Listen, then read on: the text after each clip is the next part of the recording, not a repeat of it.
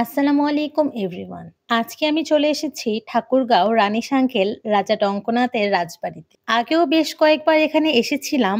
রাজবাড়িটি বিশাল জায়গা জুড়ে রয়েছে, যা দেখেই বোঝা যাচ্ছে আগে কতটা সুন্দর ছিল।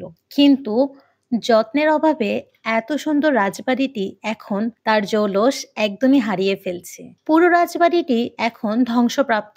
রাজবাড়িটা ভীষণ সুন্দরভাবে তৈরি করা হয়েছিল একসময়, যা এখন বিভিন্ন আগাছা দিয়ে ভরে গিয়েছে।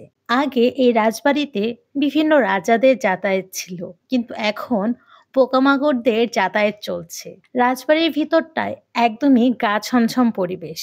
রাজবাড়ির প্রতি আমার অনেক আকর্ষণ কাজ করে। প্রত্যেকবারই আমি যখন কোনো রাজবাড়িতে ঘুরতে চাই, তখন আমার মনে হয় এরকম রাজবাড়ি যদি একটি আমার থাকতো।